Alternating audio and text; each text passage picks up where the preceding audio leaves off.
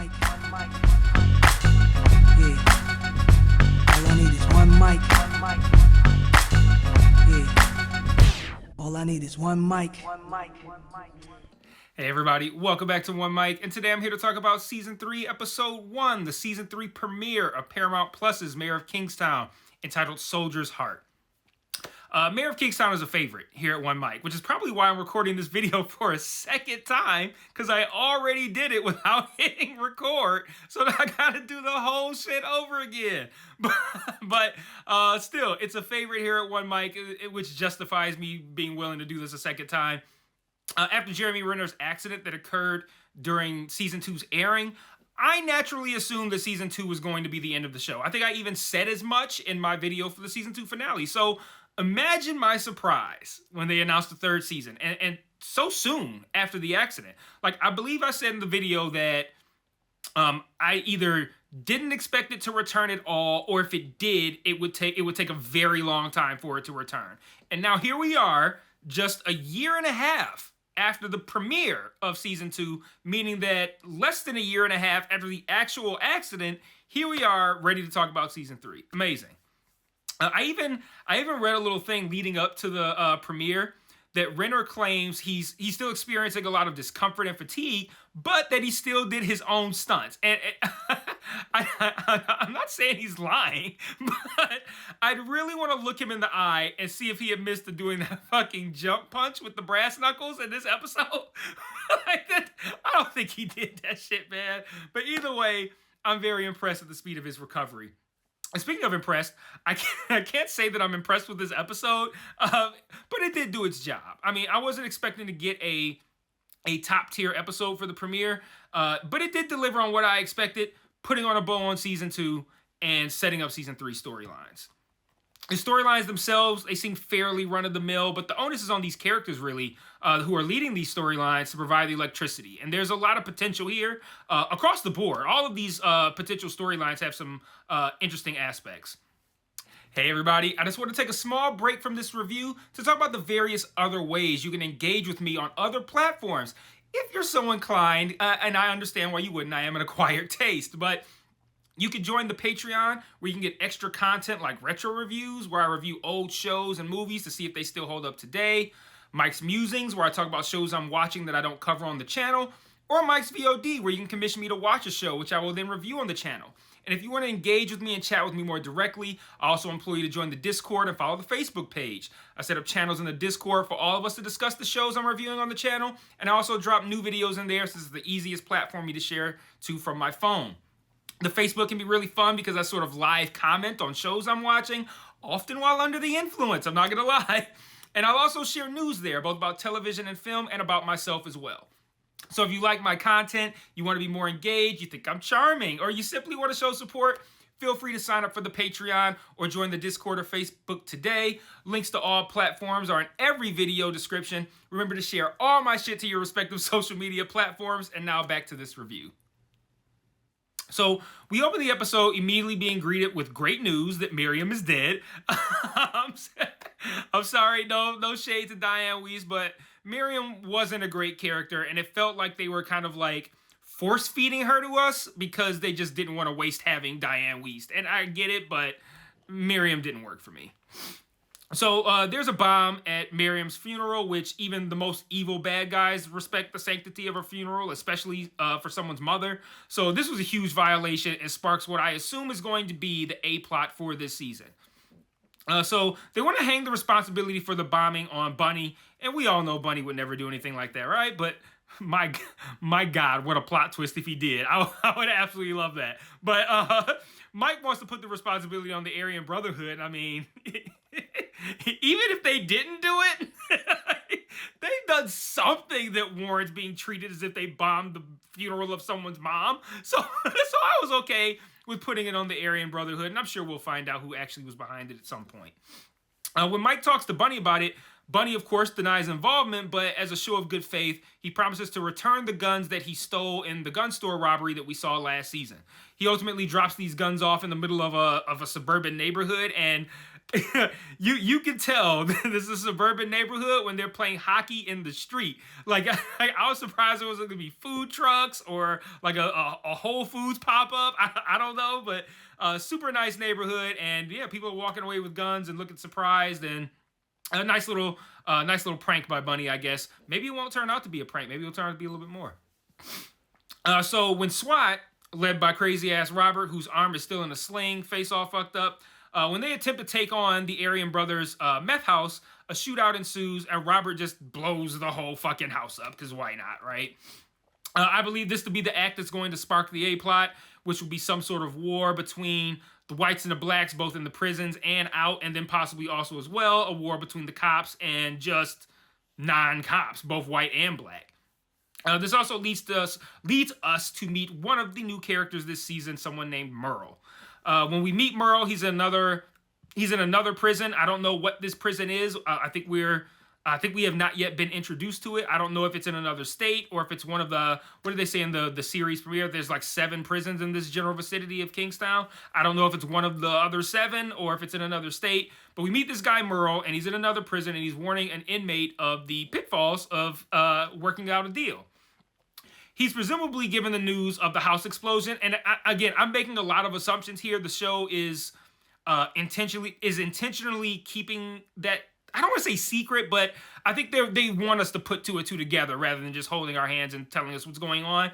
So what I took away from this is that he's given the news of the house explosion that Robert caused, and he's either so high-ranking that this went up to him as a big deal, or he has a relative or someone important who worked or lived or ran that house that died in the explosion.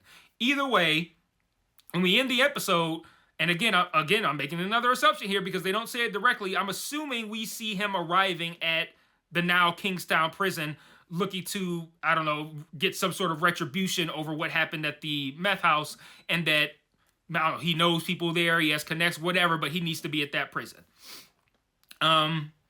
I also think this little subplot is going to tie into the main one, this little subplot that I'm about to talk about. Mike constantly tries to warn Kareem at the prison that there's likely going to be some sort of Aryan retaliation, but Kareem doesn't answer his phone. He's intentionally ignoring Mike. Mike calls that other guy Carney or whatever to try to get him to talk to Kareem. That doesn't happen. So Kareem's not warned about potential Aryan retribution happening in the prison, and it does happen. A black inmate gets stabbed in the neck by a white one while he's outside taking a piss.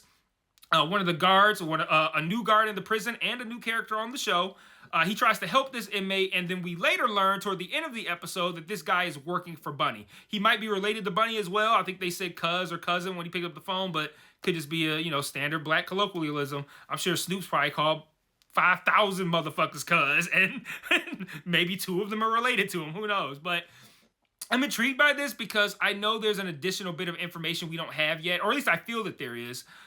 Mike describes the killing of the black guy in the yard that was pissing as like a weak, unimportant kill. Like, oh, that guy's not important. Why'd they kill that guy? Especially when Raph, who is Bunny's main guy, who's still in the prison, was apparently accessible. But when Bunny was talking to that guard who's working for him at the end of the episode, it didn't feel that insignificant. Like, when Kareem asked this guard how he felt about the situation, the guard kind of presented it like, I've seen a lot of shit in my life. It didn't come off that shocking. I'm okay. Bunny talks to the guy and he's like, how'd you feel about that? And the guy's like, it didn't mean shit to me. And like that felt weird. Like it felt like part of Bunny's larger plan that he kind of alludes to, which Mike shoots down and Bunny makes a face of disappointment about. But it felt like it could be part of this larger plan of expansion that Bunny talks about. I don't know, but I guess we'll see. More on that to come. But I think that's going to tie into the A plot as well. Again, we'll see. So the B plot for the season, I believe, will revolve around another new character that we meet, this guy named Constantine. We don't learn much about him in the episode other than that he's apparently higher ranking than Milo was and that he has no qualms about creating another Batman by killing this kid's mom right in front of him. He seems like he could end up being one of those like one-dimensional villains with weak motivations who just does over-the-top horrific things to mask his one-dimensionalness. I don't know. We'll see.